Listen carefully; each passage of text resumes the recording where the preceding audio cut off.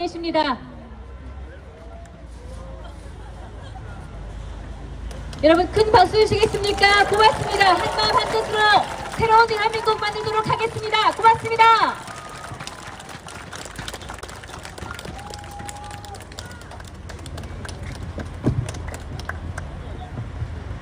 예, 존경하는 대구 시민 여러분, 이미 오늘 아침부터 대구 한 바퀴 돌았더니 목이 많이 쉬었습니다. 그런데 원래 저도 선거 많이 해봐가지고 이제 선거 이틀째쯤 되면은 이제 살살 선거가 재밌어질 때입니다. 그렇지 않습니까, 여러분? 이제 슬슬 분위기 타가지고 선거 분위기 올라오면은 이제 한 3주 뒤면은 우리가 이기는 겁니다. 그거 아시죠?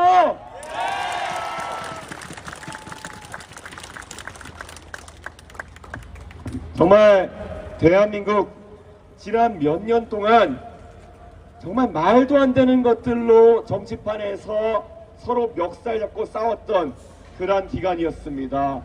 사실 우리 삶에서의 문제는 너무나도 절박한데 지금 우리는 대구의 동성로에 왜 예전만큼 젊은 사람들이 빠글빠글하게 문화를 즐기지 않는가에 대해서 고민해야 되는 것이고, 왜 대구의 젊은 세대가 일자리를 찾아서 서울로 올라가려고 하는가를 고민해야 되는 것이고, 왜 과거에 대구에서 많은 대한민국의 기업들이 시작했는데 이제는 다 수도권에서 시작하는지, 이것에 대한 고민이 대한민국 정치권에서 다뤄졌어야 되는데 어쩌다 보니 대한민국 대통령도 상대방을 감옥에 잡아놓는 거에만 관심이 있고, 대한민국의 제1야당의 당수라는 사람도 자기 자신이 감옥에 가지 않기 위해서 모든 것을 끌어다가 방탄하는 것에만 몰두하다 보니까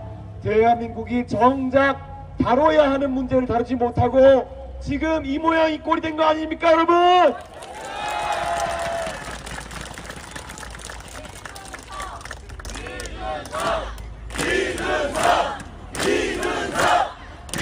사실 저는 지난 4년 동안의 시간이 제 나머지 인생보다 너무나도 괴롭고 힘들었던 시간이었습니다. 그런데 제가 멈추지 못하고 계속 달려왔던 이유는 한 가지였습니다. 정말 대한민국의 정치에서 많은 시민과 많은 지지자들이 함께해서 한 가지 방향을 향해 달려갈 때 그 흐름 속에서 제가 한마디 내실 때마다 환호해 주시는 여러분의 환호성 속에서 희열을 느끼고는 했습니다. 실제로 2021년에 제가 대구에서 엑스코에서 박근혜 대통령 탄핵의 강을 넘고 이제 제대로 된 정치 한번 해보자, 서로 싸우는 정치 말고 이제는 누구든지 화합해서 비빔밥 같은 것을 만들어 가지고 우리가 한번 정치해보자, 이렇게 얘기했을 때 화답해 주신 분들이 바로 대구 경북의 시민 도민 여러분이었습니다. 그때가 정말 얼마 만에 찾아왔던 대한민국 정치의 봄이었는지 저는 항상 그때를 추억합니다. 그때 대한민국 정치 변화의 시작은 바로 이 대구에서 시작했습니다. 기억나십니까, 여러분?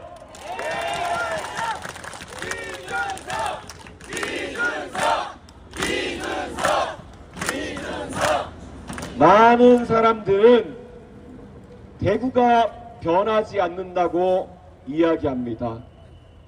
그래서 사실 요 며칠 이재명 민주당 후보가 대구 지역에 왔다 갔다 하면서 자기는 왜 안동 사람인데 안 뽑아주냐고 이런 식으로 사실상 약 올리고 가기도 했습니다.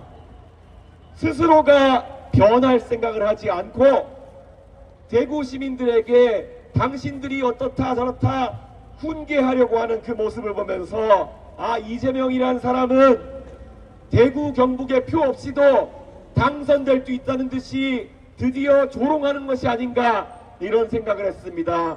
대구 시민 여러분, 지도자가 올바른 방향을 세우고 대구 시민에게 도와달라 진정성 있는 호소를 하면은 어느 누구보다도 마음을 열고 정치개혁의 실에 앞장서는 것이 바로 대구의 정치 아닙니까?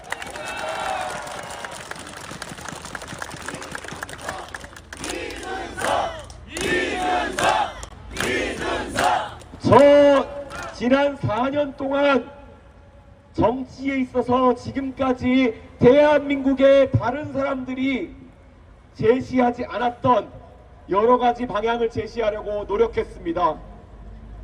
지금까지는 정치에서 어떤 사람이 당대표가 되고 당권을 잡으면은 자기 사람 꽂아 넣으려고 대변인부터 여러 당직에다가 사람 밀어내고 그러다 보면은 상대 세력은 배척하고 그래서 불공대천처럼 싸우는 것이 정치권의 문화였습니다. 아마 며칠 전에도 국민의힘에서 비슷한 일이 일어난 것 같습니다. 그런데 제가 그 당의 대표를 했을 때는 저를 도와준 사람들에게 당직을 배분한다고 독점하고 싸우지 않았습니다. 어떻게 했습니까? 조금이라도 대한민국의 미래를 이끌어 나가야 될 젊은 세대가 경험을 넓힐 수 있도록 다 기억나실 겁니다. 종편방송에서 전 국민이 보는 곳에서 공개 토론 배틀로 대변인을 뽑곤 했습니다. 여러분, 내가 가진 권력을 활용하지 않고 내 미래 세대에게 그것을 기회로 준다는 것이 얼마나 어려운 일인 줄 아십니까? 내가 가진 힘을 가지고 그것을 남에게 나눠주는 것, 그것은 큰 결단을 필요로 하는 일입니다. 저는 그렇게 해봤기 때문에 그것이 얼마나 어려운지를 압니다. 지금 국민의힘의 최근 내용 사태, 서로 당권을 가지려고 싸우다가 벌어진 사태 아니겠습니까? 권력이라는 고깃덩어리를 앞에 놓고 다른 사람과 나눌 줄 모르는 사람들이 이준석이 대선에 이긴 다음에도 이준석을 쫓아냈던 거 아닙니까? 이런 문화, 우리 아이들이 따라하면은 안 되는 나쁜 문화 아닙니까, 여러분?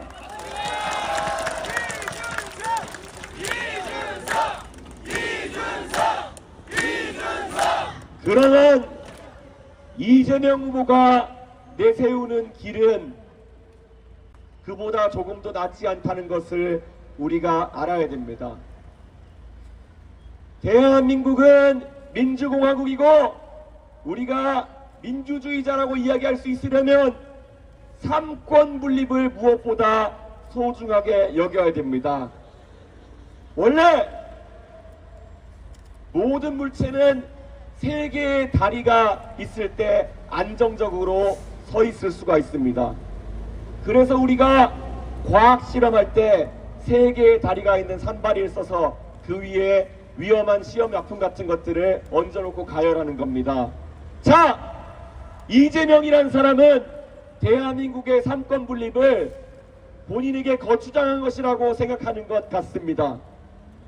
그는 이미 국회의원 선거를 통해서 무슨 법이든 자기 마음대로 통과시킬 수 있는 권력을 가지고 있습니다. 거기에 더해서 그가 만약에 대통령 선거에서 당선되게 되면 행정권마저 가지게 됩니다. 그런데 그 권력이 눈앞에 다가오자마자 그 권력을 바탕으로 대한민국 국민을 잘 살게 하겠다는 비전을 제시하는 대신 최근에 그가 눈독 들이는 것은 사법권입니다. 자기가 대통령에 당선되고도 재판받을 수 있다는 두려움에 빠져서 내가 입법권과 행정권을 가지면 사법권까지 가져야겠다는 그 마음 때문에 가장 먼저 검찰과 대법원을 압박하고 판사들과 검사들을 위협하는 것입니다. 우리 사전에 보면은 독재의 사전적 정의가 바로 삼권 분립을 존중하지 않고 무너뜨리려고 하는 행위입니다. 여러분, 아무리 국민의힘의 이전 투구가 마음에 들지 않는다고 해서 민주주의에 대한 이해가 없는 이재명은 아니지 않습니까, 여러분?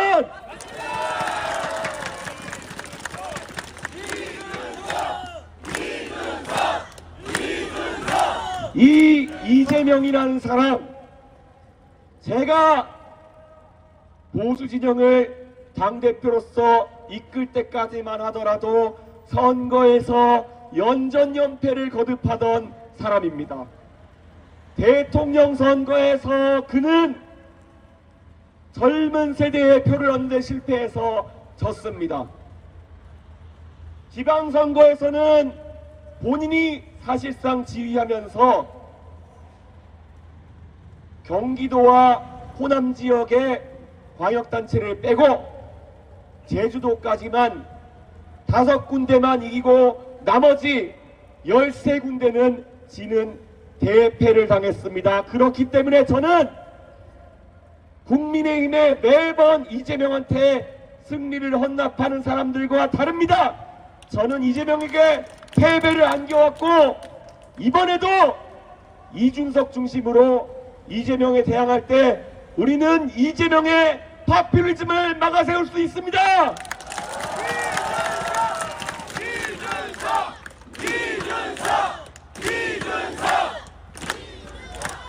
대구의 시민들께서 화끈하게 먼저 물어봐 주십시오. 만약에 아직까지도 대구에 장년층 이상 어르신들이 이준석이는 아직까지 나이가 젊어서 안 돼, 그런 말씀을 하는 분이 있다면 단도직입적으로 한번 물어보십시오. 그러면 40살짜리 이준석의 대안이 74살의 김문수라는 말이냐, 이렇게 물어주십시오. 여러분,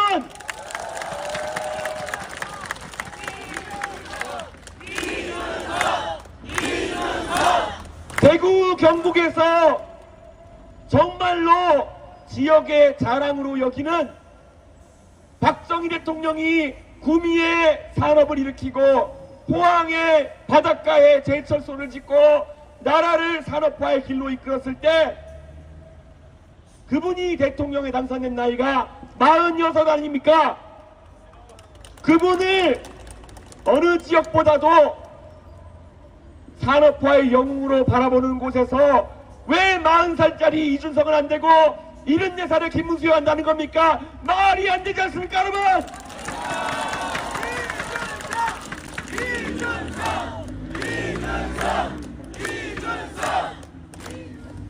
우리가 경험했던 승리의 기억은 이준석과 함께했던 기억이요, 우리가 함께했던 패배의 기억은 윤석열 대통령과 그를 막아세우지 못하고 옆에서 간신배같이 굴었던 사람들이 함께했을 때의 기억이었습니다. 왜 굳이 이미 이재명이라는 사람을 저만큼 키워낸 보수 진영의 무능력자들이 다시 한번 기회를 달라고 하는 것입니까? 그들은 알량한 정치 권력 때문에 자신들이 이번 대통령 선거를 주도해야 자신들의 국회의원 자리, 당권, 공천권 이런 것들을 지킬 수 있다고 생각해서 이준석이 올라오는 것을 막아세우려고 할 겁니다. 하지만 우리가 왜 그들의 사정을 봐줘야 됩니까? 그들은 이제 실패의 책임을 떠안고 물러나야 될 사람 아닙니까?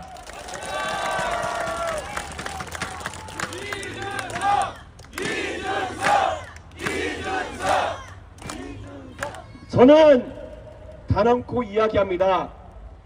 이제 나약하기만 했던 그런 내부 투쟁에만 골몰하는 국민의힘과 같은 세력은 이제 떠나보내야 된다, 이런 생각을 합니다. 대구의 산업을 발전시키고 대구의 인재들이 다시 한번 대한민국의 주요 엘리트로 발돋움하기 위해서는 다 바꿔야 됩니다. 과거 이건희 회장께서 배우자 빼고 다 바꾸라고 하셨던 적이 있습니다. 대구도 이제 정치 세력부터 시작해서 싹 바꿔야 됩니다. 그렇지 않습니까, 여러분?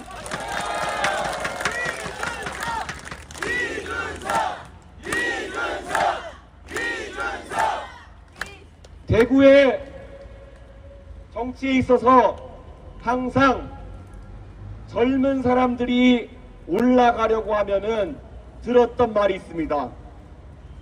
당신은 다음 기회가 있잖아. 당신은 우리가 먼저 간 다음에 따라오면 되잖아. 도대체 대한민국의 어떤 영역에서 그런 이야기가 통용된다는 말입니까? 대한민국이 그 정도로 한가합니까? 지금은 대한민국이 글로벌 경쟁에서 승리해야 되는 상황입니다. 저 미국에서 나라 돈으로 공부하고 돌아와서 간혹 페이스북으로 미국에서 동문 수학했던 하버드의 제 친구들이 각자 어떤 역할을 하고 있는지 보곤 합니다. 그들은 월스트리트에서 아니면 워싱턴에서 실리콘밸리에서 절대 나이 때문에 제약받지 않고 세상을 이끌고 있습니다. 대한민국에서는 왜 그렇게 하지 못합니까? 이번에 기회가 왔습니다. 제가 며칠 전에 여기 천하람 의원과 함께 한국교총에 다녀왔습니다. 한국교총회 회장으로 뽑힌 강주호 회장은 그 엄청난 교원단체를 이끌고 있음에도 저보다도 나이가 한 살 어립니다. 그런 세상입니다.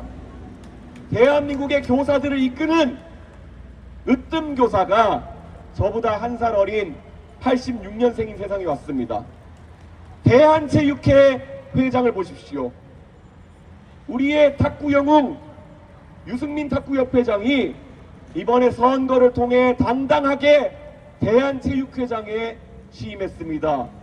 자, 모든 곳에 수장이 젊게 바뀌고 있고 30대 40대가 도약하고 있습니다.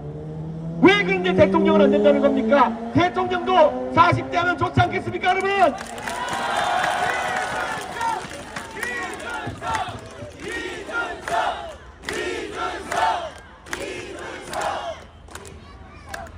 저는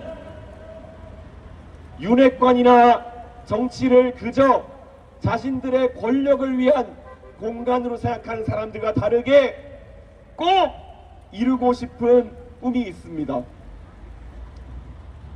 저는 대한민국의 국민으로 태어난 것이 너무나도 자랑스럽습니다. 왜냐? 지금으로부터 30년 전, 35년 전 서울로 올라가서 대구 출신 두 사람이 부부가 되어서 상경에서 서울의 지하철 종점 노원구 상계동에 자리 잡았습니다. 지하철 타고 출근할 수 있는 곳 중에 가장 멀리 있는 종점에 자리 잡았던 그 부부는 말 그대로 그 자식에게 자, 서서히 우리가 종점보다 가까운 곳으로 조금씩 올라가 보자, 그런 생각을 했고, 그게 바로 그 수단, 유일한 수단은 자식에게 투자하는 것이었습니다. 남들 가는 외식 그거 줄여가지고 어떻게든 공부 더 시켜보겠다고 어릴 때 어머니가 영어 공부하라고 영어 테이프 사왔던 기억이 납니다. 그나마 지금 와서 공소시효가 지나서 말할 수 있는 거지만은 복제 테이프를 갖고 왔습니다. 그렇게까지 하면서 아이에게 조금이라도 나은 것을 가르치려고 했던 그 문화 속에서 저는 한 단계 한 단계 밟아서 올라갔고, 어느 순간에는 과학고등학교에 가서 정말 좋은 선생님들께 배우면서 나중에는 국비장학생으로 미국에 유학까지 갈 수 있게 되었습니다.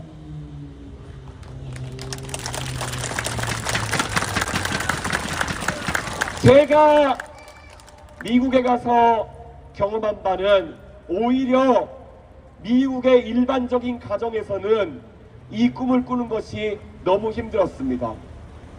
미국의 일반적인 가정에서는 본인이 가정 환경이 아주 좋지 않은 상황에서는 중학교를 넘어서 고등학교에 진학하는 것마저도 사치라고 여겨질 때가 있습니다. 하지만 대한민국은 달랐습니다. 자식에게 투자하는 것이 가장 높은 이자율로 내 투자를 받아내는 것이다. 이게 대한민국의 지금 어버이들이 살아온 방식 아니겠습니까, 여러분? 그 자식이 나중에 열심히 사회를 위해서 일하면은 아무 정치적인 빼기 없이도 정치권에 픽업돼 가지고 똑바르게만 살면, 배운 대로 살면 당대표도 할 수 있고 어려운 선거에 나가서 국회의원도 될 수 있다. 이게 바로 공정한 대한민국 아니겠습니까, 여러분?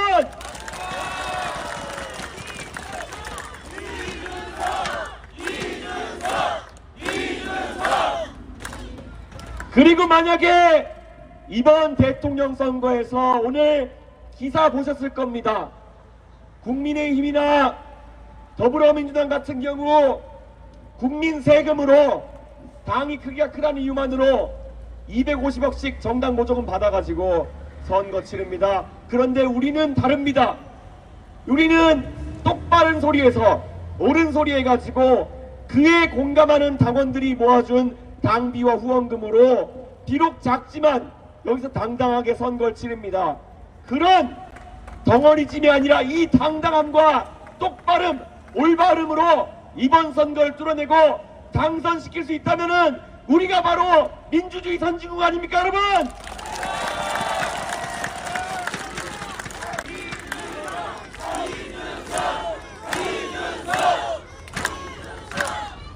겉과 속이 다른 표리부동한 그런 이재명 후보가 아무리 웃는 얼굴로 현수막을 많이 붙인다 하더라도, 아무리 과거를 덮으려고 하고 과거의 본인의 도덕적인 결함을 감추면서 지금 사람들에게 화합을 이야기하는 영상을 유세차에 틀어놓는다 해도 우리 국민들은 다 알고 있습니다. 결국 22일 뒤에 그 선거에서 승리할 사람은 지금까지 전과 없고 정말 바르게 똑바르게 살아온 그런 중산층 출신의 가정에서 자라온 저 이준석 아니겠습니까, 여러분?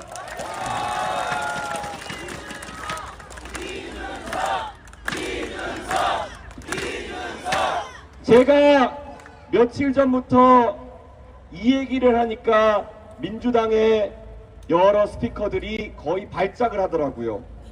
자, 여러분의 자녀와 손녀, 손자들에게 만약에 지금 나와 있는 3명의 후보 중 누구같이 자라라 라고 이야기해 줘야 된다면 과연 어느 누가 나중에 이재명처럼 살아라 라고 이야기할 수 있겠습니까? 여러분의 자녀나 손녀, 손자가 이재명같이 살겠다고 하면은 그건 좀 문제 있는 거 아닙니까, 여러분?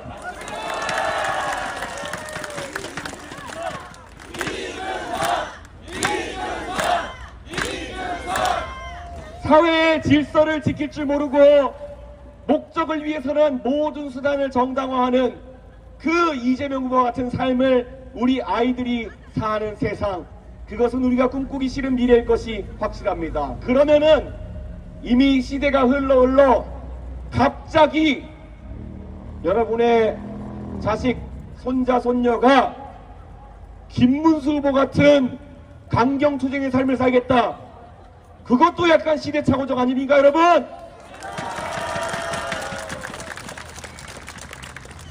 우리가 투표할 때 생각해야 되는 것은 여러분의 자녀와 손자, 소녀에게 저렇게 살아라 했을 때 부끄럽지 않은 사람 아닙니까?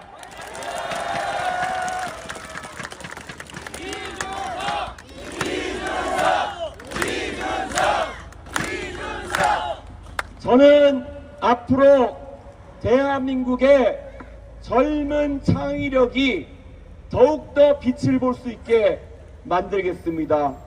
이 대구의 젊은 사람들이 정말 아까 말한 대로 똑바르게 살려고 하고 공부 열심히 하고 그랬을 때 너는 기다려, 이런 과거의 언어가 아니라 잘한다 잘한다 하면서 띄워줄 수 있는 그런 사람 누구겠습니까?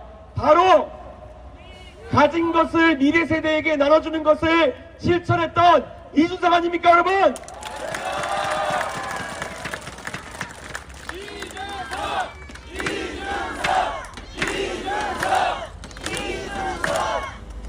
제가 대통령이 되면 우리 아이들은 꿈을 꿀 겁니다. 저렇게 똑바르게 살면, 열심히 살면 결국엔 대한민국 국민들이, 대구 시민들이 다 알아준다는 것을 보면 그것이 우리의 사다리가 살아나는 것이고, 이 사다리를 밟아 올라가면은 우리도 더 잘 살 수 있다는 믿음 하에 대한민국엔 더 이상 편법을 쓰는 그런 이재명과 같은 사람들이 나오지 않을 것입니다. 하지만 만약에 이재명 후보가 대통령이 되는 상황이 발생하면은 자녀들이 우리에게 물어볼 겁니다. 엄마, 나중에 잘 되려면 저렇게 살아야 돼? 가족 간에 정말 황당한 대화를 나누고, 그리고 주변 사람들은 헌신짝처럼 내다버리고, 자신을 도왔던 사람도 모른다고 하고, 자기를 도왔던 사람이 돌아가셔도 유가족에게 따뜻한 위로의 말 한마디 건넬 줄 모르는 것이 만약 우리나라의 대통령이 될 사람의 모습이라고 한다면은 국제적으로도 얼마나 부끄러운 일이겠습니까, 여러분?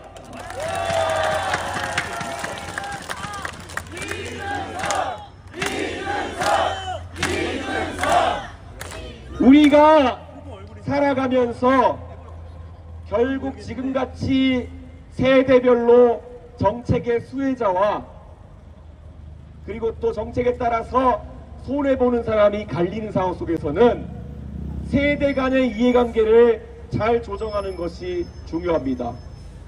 지금 대한민국 정치권에는 여의도에 가보면은 60대 중반 이상의 아저씨들이 주류입니다. 그분들은 정책을 펴는 데 있어서 자신들이 은퇴할 때까지의 기간만 생각합니다. 앞으로 한 10년 정도만 정치판에 버티면 되니까 내가 있는 10년 동안만 문제 안 터지면 돼, 이렇게 하고 정치판을 운영하려고 합니다. 그런데 대한민국의 20대 30대 아니면 그보다 어린 청소년들은 앞으로 50년 60년 70년 대한민국을 지켜나가야 할 사람들입니다. 그들의 목소리가 과소평가되고 있는 게 지금의 현실입니다. 그래서 항상 젊은 세대에게 압도적으로 불리한 정치적 판단들을 내리고는 합니다. 최근에 국민연금을 개혁한다는 구호 아래 양당이 합의해서 더 내고 더 받기라는 거창한 구호 아래 국민연금 모수 조정을 했습니다. 그런데 그 내용을 살펴보자니 지금 일반적인 젊은 사람 입장에서는 평생 5천만 원 정도 더 내고 2천만 원 정도 더 받는 방식이라고 합니다.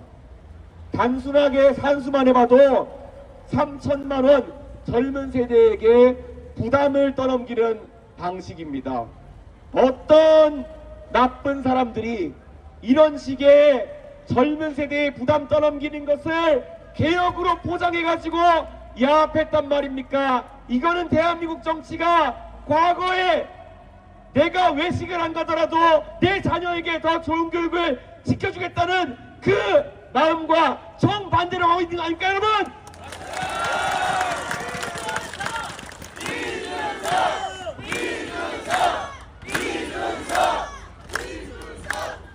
내가 지금 조금 더 힘들다고 해도 우리 다음 세대는 덜 힘들게 하겠다는 것이 대한민국 가정 하나하나마다의 생각이었기 때문에 오늘의 대한민국이 있는 겁니다.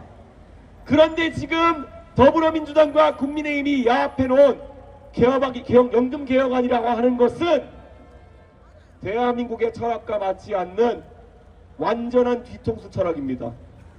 하다못해 5천만원 더 내고 2천만원 더 받을 수 있으면 다행입니다.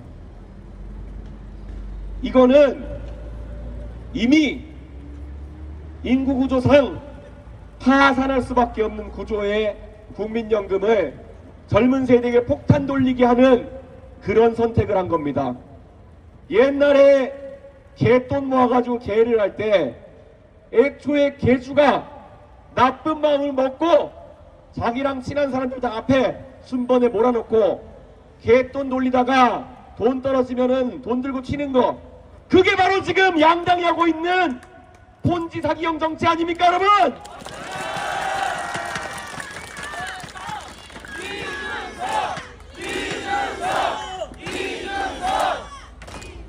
아직까지 사회생활이 뭔지 경험해보지 못한 젊은 세대에게 악덕 개주처럼 폰지 사기를 전가하고 있는 대한민국의 정치 바뀌어야 됩니다. 제가 지금까지 이런 얘기하면서 여의도 바닥에서 버티었고 그러다 나오면은 듣는 얘기가 뭡니까? 너 왜 그렇게 싸가지 없게 우리가 하는 일을 막아서느냐? 더 이상 굴하지 않겠습니다. 그들과 싸우겠습니다, 여러분.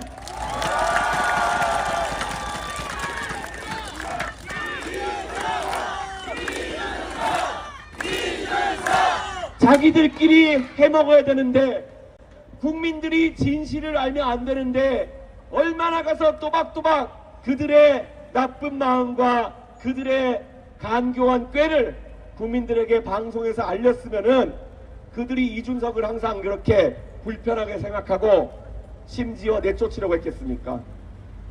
저는 그래서 더더욱 물러날 수가 없습니다. 그래서 더더욱 지금까지 저를 사랑해 주신 국민들의 그 따뜻한 마음을 잊지 못하기 때문에 이제 그들과 일전을 벌이겠다는 생각을 하고 있습니다. 개혁신당 지난 총선에서 3석의 의석을 얻었습니다. 3석이 작다면 작을 수도 있겠지만은 대한민국 국회에서 일당백으로 싸우고 있습니다. 누구를 위해서? 우리 대한민국이 지켜온 가치들과 미래 세대의 안녕을 위해서 싸우고 있습니다. 그 정도면은 가치 있는 싸움 아닙니까?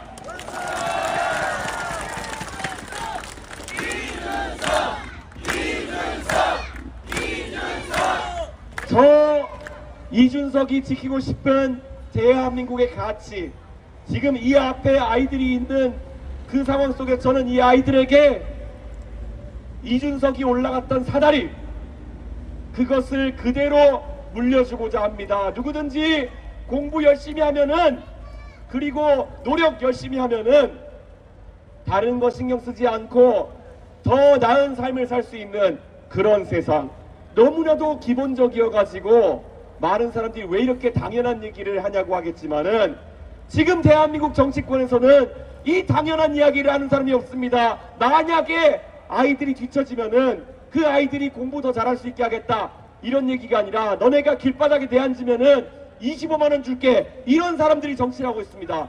이게 어떻게 대한민국의 정치입니까? 이거는 파산한 남미의 국가들에서 있었던 그런 포퓰리즘입니다. 말도 안 되지 않습니까, 여러분?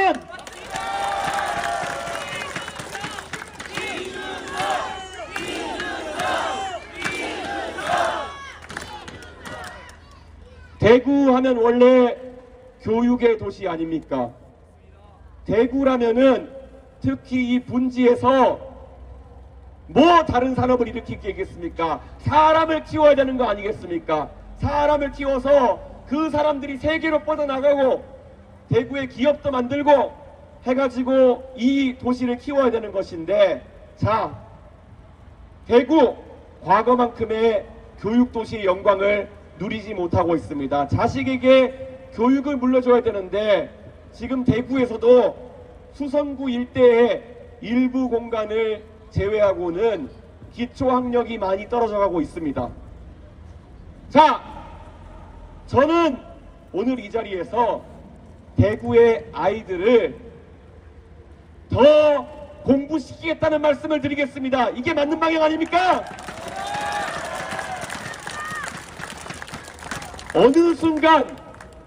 어느 순간 대한민국의 교육이 아이들한테 얼마나 훌륭한 지식과 능력을 함양시키냐가 아니라 아이들한테 위화감과 낙오감을 안 주는 것이 목적인 것처럼 바뀌어 버렸습니다. 그런데 우리 너무 잘 알지 않습니까? 지금 중학교에 다니는 아이들이 만약에 수학 문제 하나 못 푼다 그래서 그 부끄러움 때문에 느끼는 위화감이나 낙인 찍기보다 나중에 그렇게 제대로 교육받지 못하고 고등학교 졸업해가지고 내가 원하는 직업을 가질 만큼 교육받지 못했을 때 그때 느끼는 상실감은 되돌릴 수 없는 상실감이요, 그 아이에게 치명적인 위화감과 낙인을 앉혀주는 그런 상실감이라는 겁니다.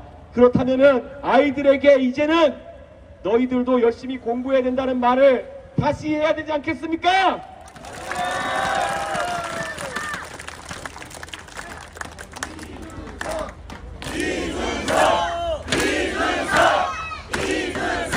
저는 단언코 대구의, 경북의, 그리고 대한민국의 어떤 아이도 곱셈과 분수와 나눗셈과 함수와 연립방 정식을 모르고 중학교를 졸업하게 하지 않겠습니다. 이 아이들이 대한민국에서 앞으로 직업을 가지고 살아가기 위해서는 이 아이들에게 너는 이거 공부 안 해도 돼, 이렇게 선심 베풀듯이 공부 목표를 빼주는 것이 아니라, 아니야, 너도 할 수 있어, 내가 도와줄게, 너는 충분히 우리가 도와주면 할 수 있어 라는 이야기라는 그런 새로운 교육 문화가 자리 잡아야 됩니다. 그것이 대한민국이 국제 경쟁에서 이기는 방법 아니겠습니까?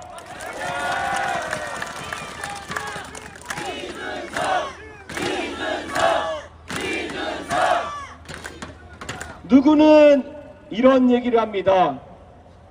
왜 그러면은 꼭 너여야 되느냐, 이렇게 이야기합니다. 들어보십시오. 저만 이런 이야기를 하고 있습니다. 다른 사람들 AI 산업에 대처하기 위해 가지고 100조 원 투자하겠다, 200조 원 투자하겠다, 그 돈이 어디서 나느냐 물어보면은 말도 안 되는 소리로 재원 마련책을 얼버무리곤 합니다. 그 사람들이 말하는 대안이 대한민국을 살릴 대안이 될 수는 없습니다.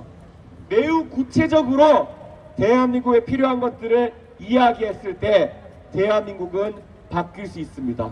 그래서 제가 포기하지 않고 계속 구체적인 이야기를 하고, 그 구체적인 얘기에 반박이 들어오면 제가 또 의견을 보충해서 이야기하고, 이렇게 합리적으로 토론해 가서 바꿔야 되는 것이 대한민국의 정치 문화 아니겠습니까?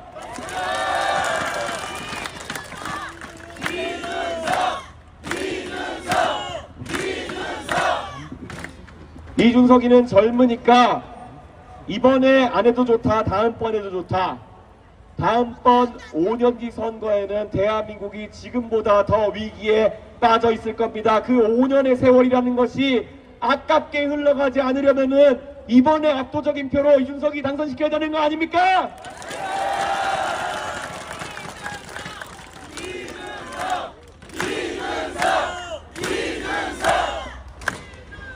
도대체 9년 전에 다들 기억하시겠지만은 김문수 후보가 대구에 도전해서 정치를 하겠다고 했던 적이 있습니다. 그때 2016년 총선에서 이미 대구의 수성구 주민들은 김문수 후보 싹 보고 나니까 이 사람은 우리 대구의 국회의원 돼서는 안 되겠다. 이 사람은 대구에서 정치하기에는 우리 마음에 들지 않는다. 그래가지고 큰 표차로 낙선시킨 후보가 김문수 후보입니다. 맞지 않습니까? 대구 시민들께서 대구의 국회의원이 되기 부적합하다고 한 사람을 9년이 지나가지고 갑자기 대통령을 해도 된다라고 얘기하는 것은 이상한 일 아닙니까, 여러분?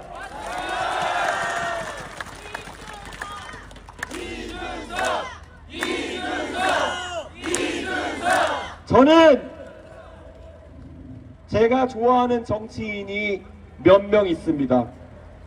미국에서는 오바마 같이 말 잘하는 사람 좋아합니다. 그리고 저는 대한민국의 정치인들 중에서 여러 사람 좋아하는 사람이 있습니다. 아까 언급됐던 박정희 대통령, 동아시아의 다른 지도자들과 달리 원조작은 받아가지고 개인적으로 착복하지 않고 포항제철 만든 데 쓰고 산업 발전하는 데 썼습니다. 그래서 우리나라 여기까지 올 수 있습니다. 그래서 저는 다른 나라의 독재자들이나 지도자들과 다르게 박정희 대통령이 공적인 마인드가 가겠다 생각해서 좋아합니다. 그리고 저는 노무현 대통령도 좋아합니다. 왜냐, 노무현 대통령 소탈하게 정말 보통 사람처럼 정치를 했던 사람입니다. 그리고 거기에 더해서 노무현 대통령은 자신이 옳다고 생각하는 길로 가는 것을 두려워하지 않았던 사람입니다. 노무현 대통령 원래 부산에서 처음 동구에서 당선됐을 때 김영삼 퀴즈로 당선돼가지고 정치를 시작했습니다. 만약에 김영삼 대통령과 함께 3당 합당할 때 따라가고 계속 올라왔으면 아마 노무현 대통령 한 번도 낙선하지 않고 다선 의원 승승장구했을 거고, 김영삼 대통령이 대통령 됐을 때 바로 장관 자리 달았을 거고, 언젠가 총리 한번 하고 은퇴했을지도 모릅니다. 그런데 우리가 아는 노무현 대통령, 솔직히 누구보다도 싸가지 없는 행보도 많이 했습니다. 청문회장에서 명패를 집어 던졌습니다. 그 당시의 문화 속에서 그게 얼마나 나이든 정치인 눈에는 싸가지 없게 보였겠습니까? 하지만 시원하게 국민들의 마음을 대변했기 때문에 국민들은 그걸 기억했던 거 아닙니까? 그래서 그 다음에 노무현 대통령이 자신을 뽑아준 김영삼 대통령과 다른 행보를 하면서 이의 있습니다, 이렇게 얘기했고 실제로 어려운 길을 갔습니다. 그리고 나중에 서울이나 수도권에 어디 좋은 지역구 나와가지고 국회의원 계속 당선될 수도 있었지만은 본인은 부산에 가가지고 계속 어려운 선거에 도전해서 낙선하는 바보 노무현이 됐습니다. 그런데 결정적인 상황이 되니까 대한민국 국민들은 그걸 기억하고 노무현 대통령을 통해 가지고 대한민국의 탈권위 시대를 열겠다고 해서 당선시켰던 겁니다. 자, 그러면 여기서 묻고 싶습니다. 새누리당에서 수도권에서 정치하다가 은퇴하기 직전의 나이에 어려운 도전을 하는 것이 아니라 고향인 대구로 낙향해가지고 수성구의 선거를 뛰려고 했던 행보, 그것이 용기 있는 행보입니까, 여러분? 아닙니다. 이미 본인의 최전성기를 지나가지고 낙향해가지고 국회의원이나 한번 했으면 좋겠다라고 내려왔던 분을 왜 10년이 지나가지고 다시 대통령 만들어야 된다는 겁니까? 말도 안 되는 소리 아닙니까, 여러분?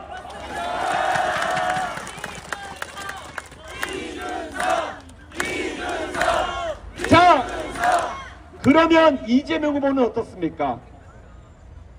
지난번에 대통령 선거에 지고 나가지고 본인이 검찰 수사받고 압박받으니까 어떻게든 배지를 달아가지고 방탄해야겠다는 생각을 이재명 후보가 했던 것 같습니다. 그래서 대선 직후에 보궐선거가 생겼을 때 원래 이재명 후보가 성남시장 출신 아닙니까?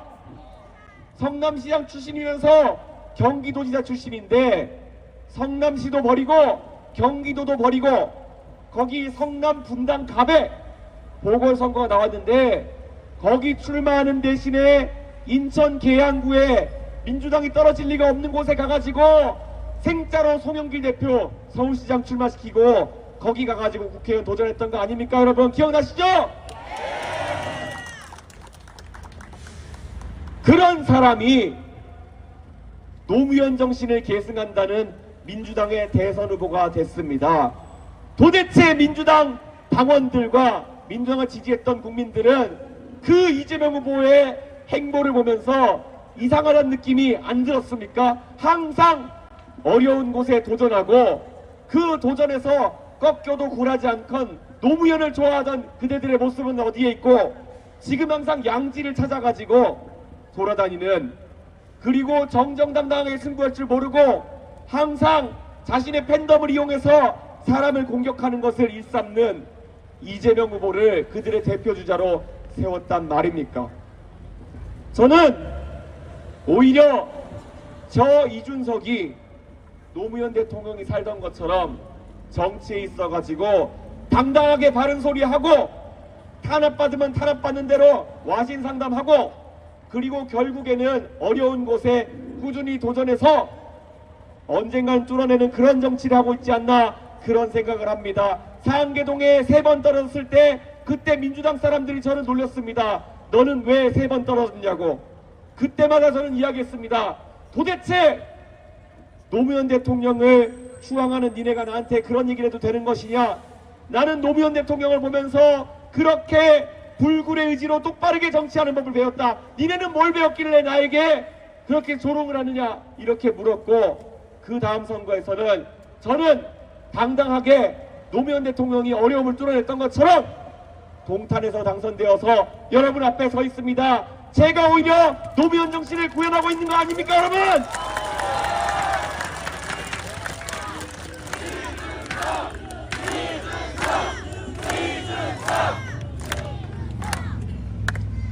제가 노무현 대통령에게 노무현 정신이라는 것을 계승한다면 거기에 더해서 제가 이준석 정부에서 보여줄 훨씬 개방적이고 훨씬 토론을 중시하고 젊은 세대의 목소리를 떠오르게 하는 그런 정치는 아마 20년 30년이 지나가시고 누군가 저기에 앉아있는 아이들 중에 누군가가 이준석에게 배웠다라고 하면서 이 유세차에 오른 날이 올지도 모르겠습니다. 저는 제가 그렇게 사는 삶을 산다면은 죽어도 여한이 없을 것 같습니다.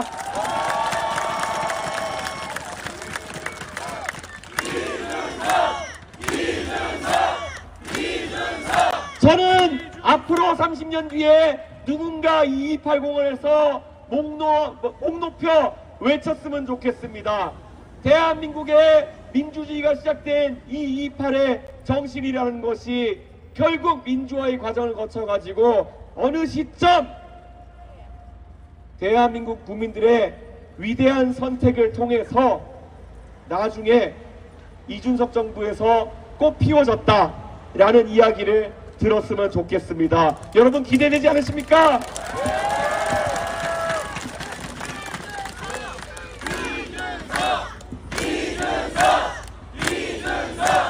대구가 먼저 바뀌어야 되고 대구가 바뀌면 확 바뀝니다. 대구 여기에 모이신 분들 지금 아직까지는 과거에 비해서 제가 국민의힘에서 유세할 때보다 적은 숫자인 것도 사실입니다. 하지만 한 가지 다른 점이 있다면은 여기 있는 분들은 당협위원장이나 국회의원들이 동원해가지고 온 분들이 아닙니다. 자발적으로 오신 분들 아닙니까 여러분?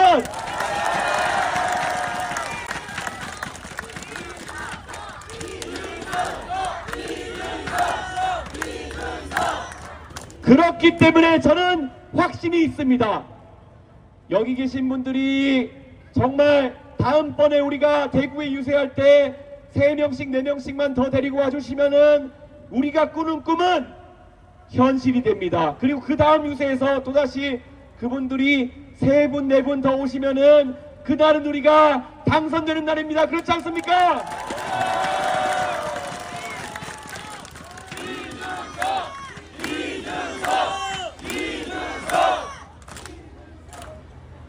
다 제가 당선되어서 꼭 제 약속을 지키겠습니다.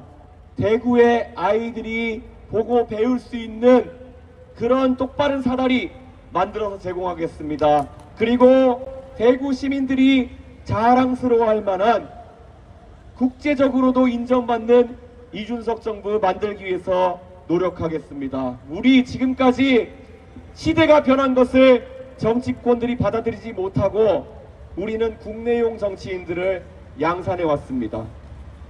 문재인 대통령 해외에 전용기 타고 나가서 출장 나가시면은 가끔 피곤하신지 꾸벅꾸벅 졸고 있는 모습 많이 찍혔습니다. 왜냐?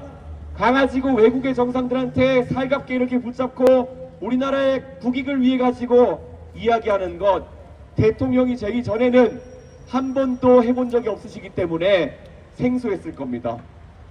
윤석열 대통령 평소에는 국내에서 술 한 잔만 드시면은 이 새끼 저 새끼 하면서 정치하시다가도 정작 해외에 나가가지고는 대통령들 앞에서 주눅 들어가지고 뒤돌아서면서 수행원들한테 뭐 바이든이니 날리면이니 이런 얘기하다 망신산 거 아닙니까? 저는 다릅니다. 저는 어릴 때부터 대한민국 국민들의 세금으로 국비 장학생으로 공부하면서 그 글로벌 문화가 무엇인지를 배웠습니다. 제가 대통령으로 당선되면은 국제사회에서 대한민국 대통령이 나가서 외교하는 모습부터가 크게 달라질 겁니다. 첫날부터 능숙하게 제가 외교 현장에서 대한민국의 위기들을 뚫어내도록 하겠습니다. 도널드 트럼프 대통령 제가 가서 설득하고 토론하겠습니다.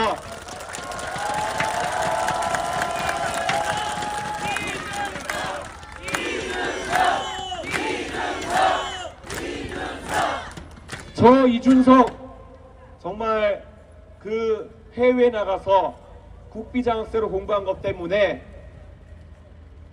대한민국에 학연 하나도 없습니다. 그래서 정치하면서 많이 외롭습니다. 거기다 과학고의 하버드 출신이라서 정말 아무도 없습니다. 학연이. 그래서 정치할 때마다 많이 외로웠지만 제가 대통령이 되면은 정말 다를 겁니다. 왜 그렇습니까? 하버드 출신들이 다른 곳에는 많지 않지만 미국의 워싱턴 DC에 가면은 하버드 출신들이 주류입니다. 제 학벌에 도움이 될 수 있는 대미외교 제가 앞장서서 풀어낼 수 있도록 하겠습니다.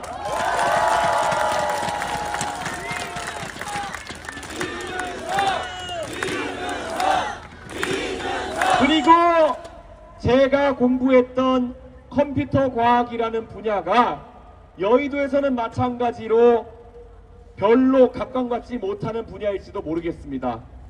하지만 하버드 출신으로 컴퓨터를 공부했던 제 이력은 실리콘밸리의 어떤 IT 기업 CEO를 만나서도 제가 자유롭게 기술에 대해서 이야기할 수 있는 그런 대한민국을 위한 강력한 무기가 될 것입니다, 여러분!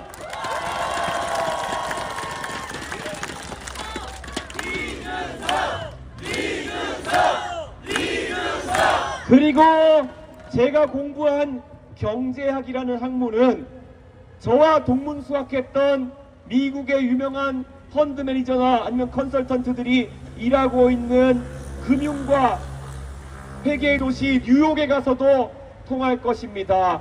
워싱턴에서도 통하는 대통령, 뉴욕에서도 통하는 대통령, 실리콘밸리에서도 통하는 대통령, 나와 있는 후보 중에 딱 한 사람 있습니다. 누굽니까?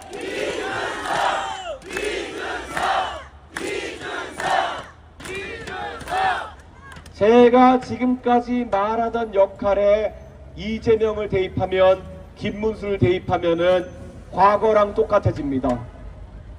이재명 후보를 넣었다, 이번에는 바이든 날리면이 아니라 어떤 욕설이 나올까, 이런 거에 마음 졸이는 대한민국이 되어서야 되겠습니까? 그러면 안 되죠? 김문수 후보가 그 자리에 들어가서 문재인 후보처럼 꾸벅꾸벅 졸고 있는 모습 다시 나오면 안 되겠죠?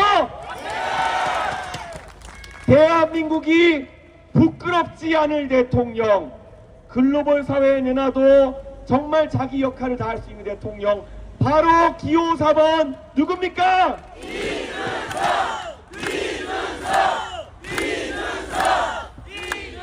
우리가 지금까지 늦었던 겁니다. 전 세계의 다른 나라들은 이미 이 길로 가고 있습니다. 프랑스의 마크롱 대통령 30대의 프랑스 대통령이 됐습니다. 프랑스 국민들이 어떤 사람들입니까? 대혁명까지 일으켰던 굉장히 열정적인 국민들입니다. 그 사람들이 열정적으로 마크롱을 대통령에 당선시켰을 때 마크롱 국회에 의석 하나도 없었습니다. 하지만 그 젊은 청년이 말하는 미래를 위한 개혁이라는 메시지에 프랑스 국민들은 열광적인 지지를 보냈고, 그래서 프랑스는 한껏 젊어질 수 있었습니다. 그리고 그 다음 총선에서 프랑스 국민들은 마크롱이 이끄는 당을 다수 의석으로 만들어줘서 결국 개혁을 완수해냈습니다. 자, 프랑스 국민들이 한 일을 왜 대구 시민들이 못합니까? 왜 대한민국 국민들이 못합니까? 우리는 할 수 있습니다.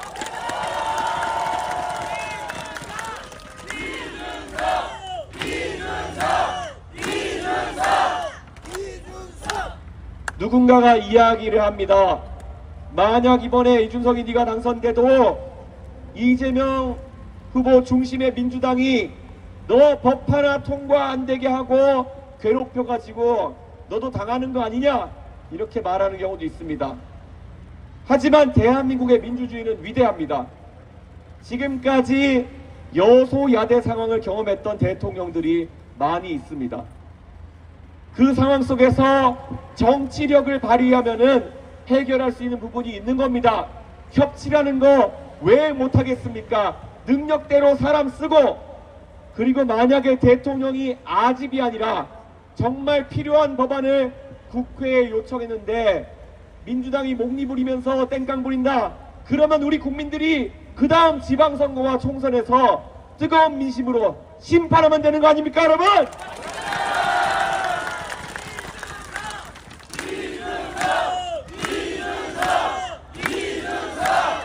자꾸 이유를 들어서 안 된다, 안 된다 이런 얘기할 거 아니라 우리 이제는 일각도 지체하지 말고 대한민국 정치를 완전히 싹 바꾸는 그런 개혁의 길로 나섰으면 좋겠습니다. 저는 이 길을 가겠습니다. 평생 가겠습니다. 노무현보다 더 열정적으로 가겠습니다. 그런데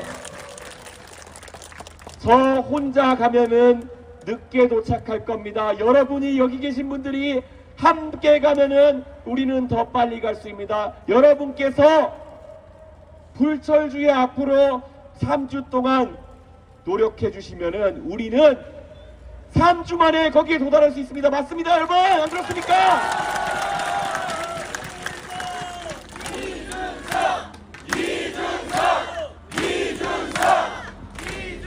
저는 대구 시민의 저력을 믿고 대구에서의 바람이 다시 한번 저 이준석과 대한민국을 올바르게 세워주실 것이다, 이렇게 생각합니다.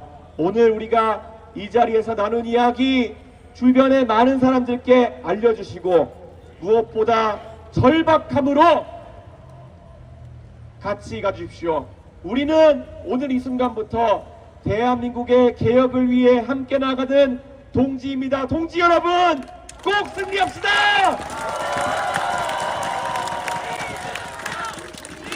여러분, 이준석을 끊임없이 원호해 주십시오. 여러분, 이준석을 선택해 주십시오. 사회자의 외침에 이준석으로 화답해 주십시오. 여러분, 새로운 대통령 누구입니까? 기호 4번 누구입니까? 네, 여러분 감사합니다. 이제 여기 두 분의 의원님들과 또 위원장님들 위로 올라가셔서 같이 사진을 찍으시겠습니다.